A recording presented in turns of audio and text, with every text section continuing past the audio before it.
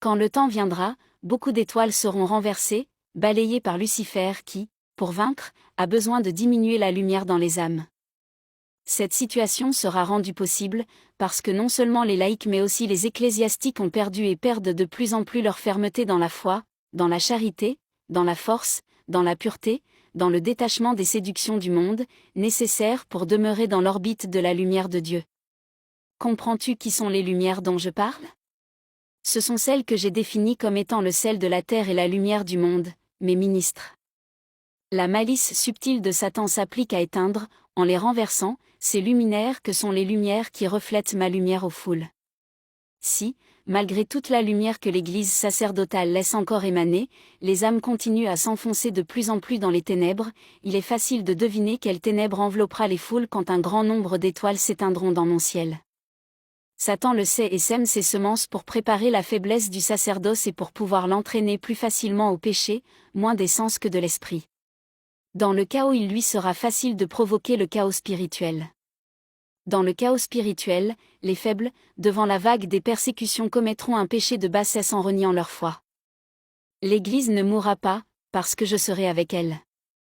Mais elle connaîtra des heures de ténèbres et des horreurs semblables à celles de ma passion, multipliées avec le temps parce qu'il doit en être ainsi. L'Église devra souffrir autant qu'a souffert son fondateur, avant de mourir pour ressusciter sous une forme éternelle. L'Église devra souffrir beaucoup plus longtemps parce qu'elle n'est pas parfaite comme son fondateur, et si moi j'ai souffert des heures, elle devra souffrir pendant des semaines et des semaines. De même que l'Église a pris naissance en étant à la fois persécutée et alimentée par un pouvoir surnaturel dans ses premiers temps et dans les meilleurs de ses fils, de même en sera-t-il d'elle quand viendront les derniers temps où elle existera, subsistera, résistera à la marée satanique et aux batailles de l'Antichrist avec ses fils les meilleurs. Sélection douloureuse mais juste.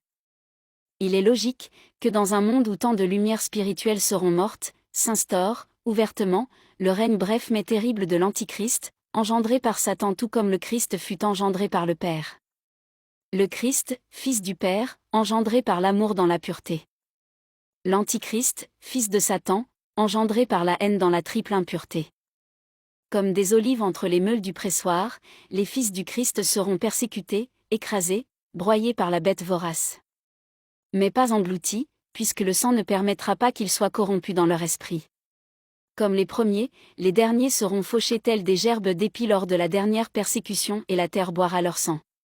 Éternellement bienheureux pour leur persévérance, seront ceux qui meurent dans la fidélité au Seigneur. Alors tout d'abord, il faut savoir qu'il y a 135 miracles eucharistiques qui sont reconnus par l'Église dans tous les pays du monde, hein, donc ça ne concerne pas certains pays, bien entendu. Alors qu'est-ce qu'un miracle eucharistique? On l'a dit, c'est la transformation de l'hostie, ce petit bout de pain que le prêtre a entre les mains, en un morceau de chair et de sang. Donc en soi, c'est tout à fait inconcevable pour l'esprit humain. Il y a plusieurs miracles eucharistiques, le plus ancien, en l'an 700 à Lanciano, il a été étudié scientifiquement, c'est pour ça que je vous fais un petit peu d'histoire, tout comme l'un des plus récents, celui de Buenos Aires en Argentine, bien entendu, en 1996. Le pape François était à l'époque évêque, une hostie tombe à terre, on la met dans le tabernacle dans un tout petit peu d'eau, quelques jours plus tard on ouvre le tabernacle. Cette hostie ne s'est pas, comment dire, dissoute dans l'eau, bien au contraire. Elle ne s'est pas décomposée. Bien au contraire, c'est une substance couverte de sang. À l'époque, le futur pape François l'a fait photographier. 3 ans plus tard, il demande à ce que cette substance soit analysée. Donc vraiment, l'Église a fait les choses d'une façon extrêmement rigoureuse. Et que dit la science? Résultat très troublant.